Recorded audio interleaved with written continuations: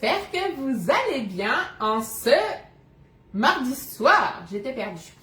Alors, n'hésitez pas à me faire un petit coucou quand vous arrivez, ça fait toujours plaisir. Donc j'espère que tout le monde va bien. Il fait moins chaud, ça fait du bien. Donc, par contre, j'espère que vous n'êtes pas impacté par les incendies pour ceux qui me regardent. Et d'ailleurs, on fait un petit point sur la géographie pour ceux et celles qui ne me connaissent pas. Donc, je m'appelle Céline et j'habite dans le centre de la France, entre Tours et Orléans, dans la région des Châteaux de la Loire ou pas très loin de Beauval, si vous préférez.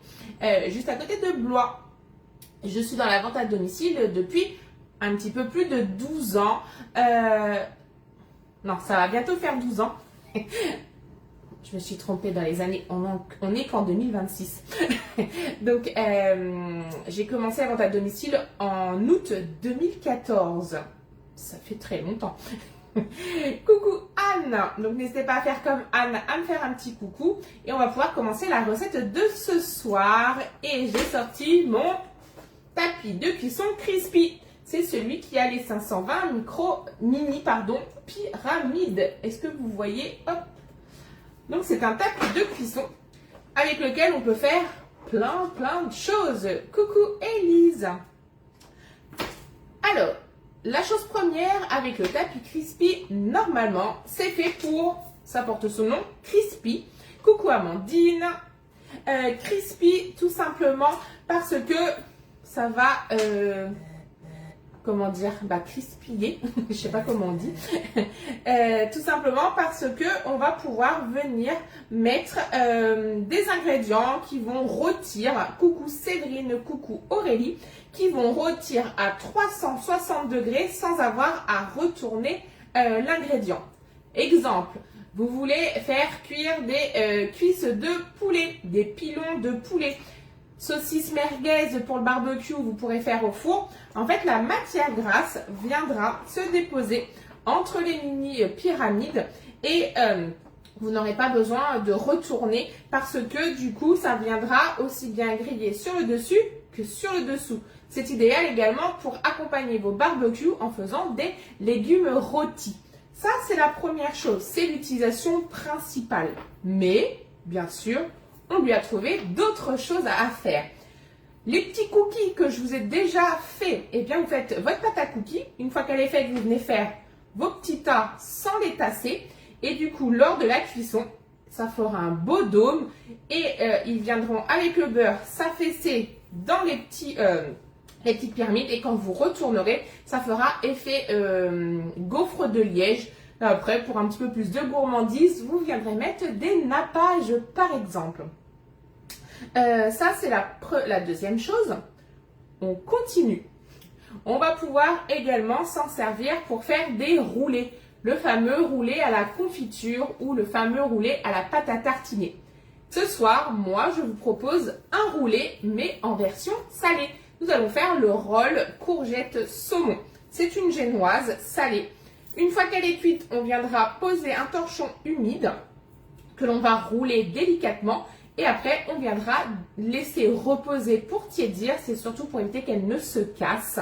Et ensuite, on pourra venir la garnir. Je vous explique après un petit peu plus en détail. Et sinon, on peut la retourner. Et au dos, eh bien, on peut faire nos fameuses pépites de chocolat. Et oui, les pépites, ça coûte super cher dans le commerce. Donc, du coup, vous faites fondre 200 g de chocolat, dessert de préférence. Ensuite, vous venez les étaler au dos, toujours sur votre plaque en alu. Et vous venez mettre au réfrigérateur au moins 1 heure. Et au bout d'1 heure, qu'est-ce qui va se passer? Eh bien, j'entends la clochette de Mimi. Je ne sais pas où elle est. Et du coup, vous viendrez après taper. Et toutes vos petites pépites de chocolat, environ 520, vont tomber et vous pourrez bien sûr venir les conserver dans un des récipients du B-Save par exemple. Donc voilà, coucou Isa. Donc, avant de commencer la recette, qu'est-ce qu'on fait? On va venir passer notre tapis sous l'eau chaude et en même temps, on va en profiter pour se laver les mains. Je pars passant ma plaque parce que je viendrai mettre mon tapis de cuisson dessus que je vais ensuite réserver. Vous allez me dire que pour le laver, c'est pas très pratique. Eh bien si, je ne l'ai pas reprise, elle est dans mon sac d'atelier. C'est de prendre la brosse en silicone avec ses petits poils pour venir frotter le tapis crispy, mais n'importe quel autre moule. Donc ça, voilà. Allez, comme d'habitude, je vous donne la liste des ingrédients. Il vous faudra environ 300 g de courgettes, j'en ai 370. Il vous faudra 4 œufs, 30 g de parmesan, 40 g de farine, 20 g de maïzena, un sachet de levure chimique, 30 ml d'huile ou d'huile d'olive. Moi, je partais sur de l'huile normale. Sel, poivre. Je rigole de mes bêtises. 5 ml d'ail semoule, ou après vous pouvez venir presser une ail si vous voulez, et 5 ml d'aneth. Ça, c'est pour la préparation de base. Après, il va falloir venir garnir une fois que c'est cuit. Je vous ferai bien sûr la vidéo du démoulage et du montage. Parce qu'une fois que c'est cuit, donc comme je vous ai dit, on vient mettre son torchon humide. On roule pour éviter qu'elle ne se casse, mais qu'elle refroidisse. Et ensuite, on viendra la démouler sur soit sur votre toile de cuisson, soit sur une planche à découper, ce que vous avez envie. Et on viendra tartiner du côté lisse du fromage frais, soit 150 g. Et après, on viendra y mettre des tranches de saumon fumé et on viendra rouler le tout. Voilà, c'est vraiment simple à réaliser. Donc 150 g de fromage frais et 4 tranches de saumon fumé. Coucou Marinette. Allez, c'est parti, on vient prendre son cul de poule et son support. Et là, on va mettre tous les ingrédients de base pour notre génoise. Alors, il existe deux types de génoises. Coucou Charlotte, coucou Céline. Vous avez les génoises avec les blancs en neige. Vous avez des génoises sans blanc en neige. Là, aujourd'hui, on va faire une génoise sans blanc en neige, étant donné que quand on fait avec des blancs en neige, c'est pour apporter de la légèreté, de la souplesse. Mais les courgettes, ça va aussi rendre de l'eau, étant donné qu'elles ne seront pas pré-cuites, donc elles ne seront pas essorées. Pas besoin de mettre de blanc en neige pour cette recette, donc on part sur les œufs classiques. On est parti, on va venir en mettre 4. Sans faire d'omelette de préférence. Donc 4 œufs. Comme tout le temps, je prends une petite cuillère à côté pour venir les casser.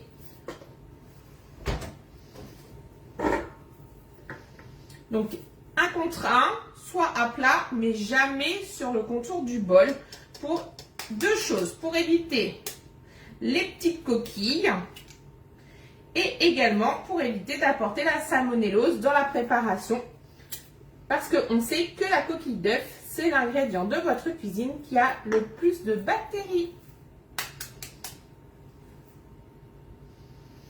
Et c'est toujours bien de les casser un à un, parce qu'on ne sait jamais ce qu'il peut y avoir dans un œuf.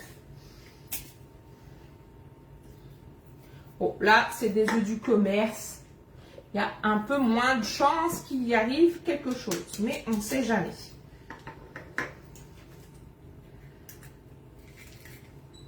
C'est là que je dis ça, et puis que c'est un œuf pas bon. Voilà, on va casser le dernier.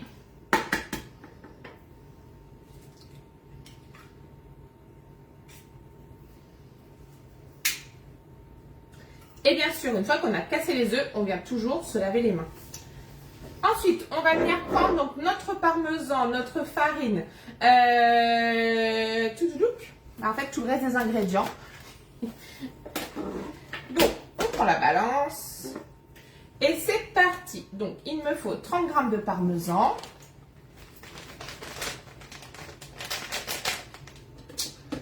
les petits ciseaux qui vont bien, coucou Céline, un risque de poussin peut-être, on ne sait jamais. Noah aurait été là, c'est ce qu'il dit à chaque fois. Un petit poussin. Bon, ça peut être rare, hein, mais bon. Dans ceux du commerce. Donc, 30 g. J'espère que tu vas bien, petite Sandra.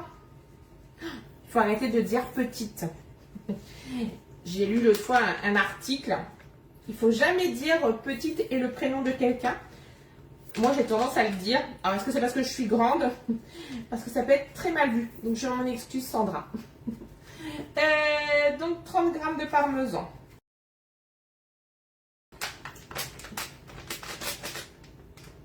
Coucou Rosa. Donc là, on referme. Je ne le referme même pas, ça ne sert à rien. Parce que je vais après le mettre sous Be-Save. 40 g de farine. J'ai ma balance en dessous, hein, bien sûr. Je ne fais pas ça à l'œil. Donc 40 g de farine. Voilà. Ensuite, il me faut 20 g de maïzena. Avec mes gestes brusques, je vais faire attention de ne pas renverser le cul de poule. Donc 20 g de maïzena. Et bien sûr, là, on vient rajouter de suite. Aucun souci pour moi, t'inquiète. Je vais bien. Bon, écoute, oui, ça va. C'est tranquille. C'est un peu les vacances, quoi. Donc là, quand on met les poudres, donc farine, maïzena, on rajoute la levure en même temps pour qu'elle soit bien incorporée dans votre préparation. Ensuite, 30 ml d'huile. Donc vous voyez, hein, c'est vraiment tout simple. Là, on met tout. Je me souviens déjà plus. 30. J'ai vraiment une mémoire de poisson rouge. 30. Hop. Ensuite, sel et poivre. Et les épices. Donc, sel et poivre. Alors, salez pas trop quand même, étant donné que vous allez mettre après du saumon fumé.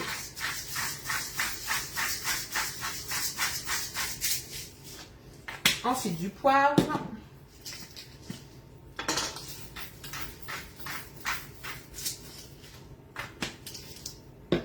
Ensuite, on va venir mettre 5 ml d'aneth.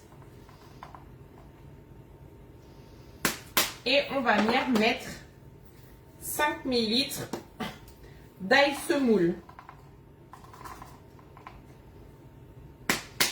Et là, notre préparation quasi de base est finie. Donc, on va venir fouetter. Et bien sûr, quand on doit fouetter, on vient prendre un ustensile redoutable. C'est la Kia Magique. Donc là, je vais incurver légèrement mon cul de poule. Et je vais mélanger le tout sans en mettre partout.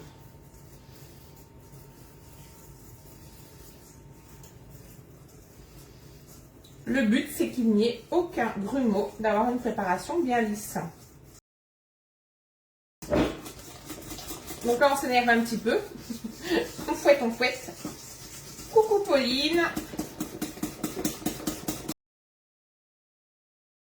Bien sûr, je vais vous dire, on met le four à préchauffer à 200 degrés.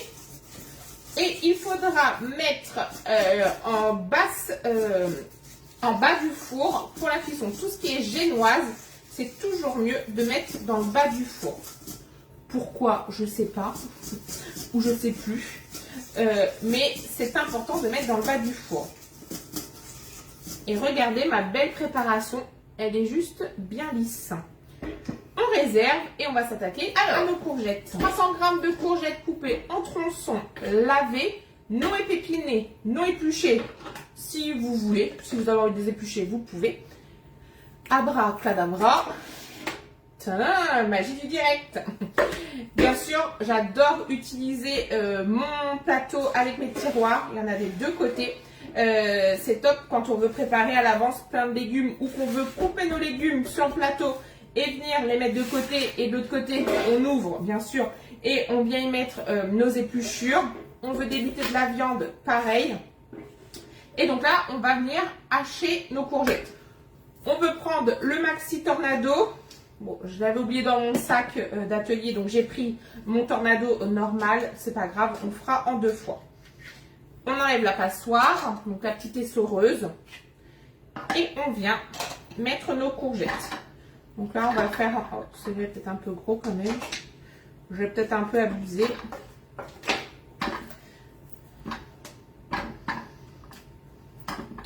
Et il faut hacher relativement finement. Coucou maman. Hop, allez, c'est parti. On sort ses muscles. Non, je rigole, c'est super facile. On met sa main sur le petit dôme, dans le creux, et on vient hacher le tout. On hache finement.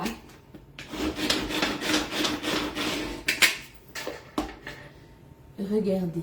Si au cas où vous avez utilisé de l'ail, vous pouvez venir mettre l'ail en même temps ici pour hacher. Moi, j'ai fait ma flemmarde. J'ai pris de l'ail en poudre. Je récupère mon cul de poule sans son support, donc on va faire attention. Une Maryse. Où es-tu? Où es-tu, Maryse? Ah, elle est là. Parce que j'ai ma petite Maryse fétiche. C'est celle-ci. Elle est... non, mince. Ah, c'est pas la bonne. Je me suis fait avoir. Elle est là. C'est celle-ci. J'adore cette Maryse avec l'embout droit et l'embout arrondi. Donc, on rajoute la courgette. Et on fait la même chose avec le reste.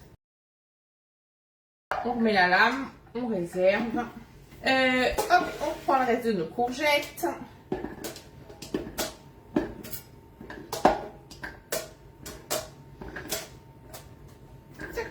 Et on hache à nouveau. Alors, on essaye de faire comme ça en 2 fois aussi finement que la première. On remet sa main, on est reparti pour notre deuxième exercice de la journée. Gainage. On peut secouer un petit peu. Tadam! On réserve. Je reprends donc mon cul de poule. Je vais faire une bêtise.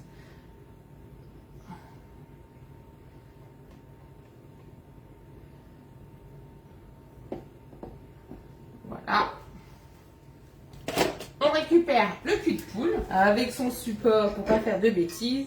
Là, vous n'avez plus besoin de la cuillère magique parce qu'on n'a plus besoin de fouetter. On aura juste à mélanger.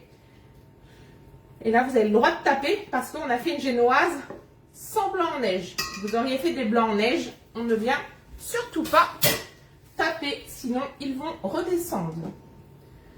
Et on se sera fatigué pour rien à faire des blancs en neige car ça sera d'aucune utilité d'en avoir mis si vous avez tapé dessus. Je récupère les morceaux de courgette avec le dos du couteau et on va venir récolter le reste. Donc là, on racle bien tout. Voilà. Donc le rôle courgette saumon pourra être soit pour l'apéritif, et là vous viendrez couper des petits tronçons. Je vais vous expliquer comment on fait quelque chose de sympa. Hop, je finis juste ça parce que j'ai besoin de mes mains pour vous montrer.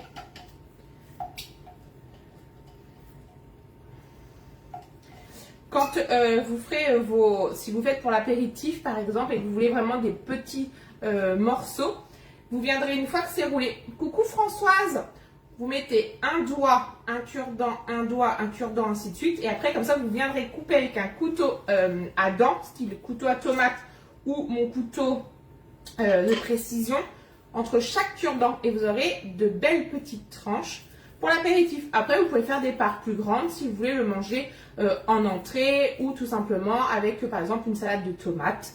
Ce qui peut être pas mal. Je pense que ça sera moi mon repas de ce soir. Donc là, on incorpore nos courgettes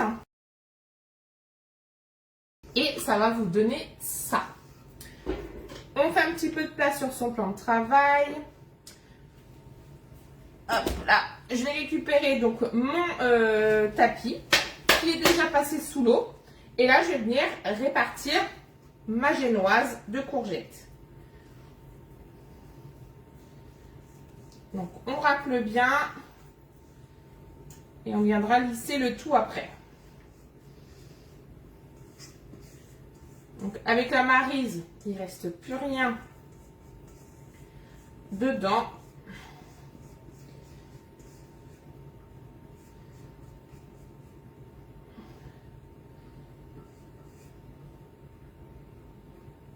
Regardez, il est tout propre mon cul de poule. Et là, on va lisser correctement notre génoise partout. Alors, vous pouvez le faire à la maryse ou vous pouvez reprendre la spatule coudée si vous en avez envie.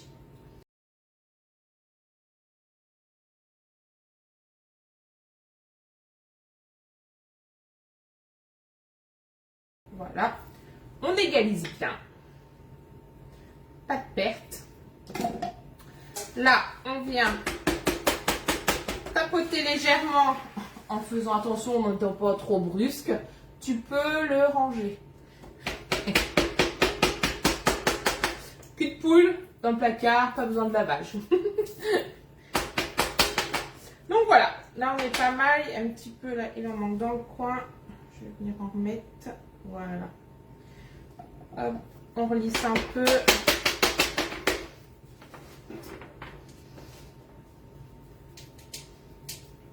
Impeccable. Et là, ça va en cuisson super rapidement parce que c'est entre 10 et 12 minutes en fonction de votre four à 200 degrés. Donc, une fois que ça sera cuit, dès que je sors du four, je mets mon torchon humide. Je vous ferai une vidéo. On met le torchon humide, ensuite on roule, on laisse reposer les 5 minutes et ensuite on viendra dérouler directement et on viendra mettre la garniture. Alors, le torchon humide, des fois en fait, quand elle se décroche vraiment très bien de la toile, vous n'avez même pas besoin de mettre le torchon humide. Mais je préfère quand même vous le dire si au cas où vous voyez qu'elle a du mal à se décoller en refroidissant. Donc voilà, la recette de ce soir est déjà terminée. On se retrouve très vite pour une nouvelle recette dès jeudi soir. Et en plus, super méga bonne nouvelle, je suis à jour de toutes mes recettes. Donc là, du coup, celle-ci, normalement, elle va apparaître très rapidement. Je vais éviter de prendre trop de retard parce que là, je suis à jour de chez à jour. Voilà, je vous souhaite à tous une excellente soirée. On se dit à très vite pour une nouvelle recette. Bye bye!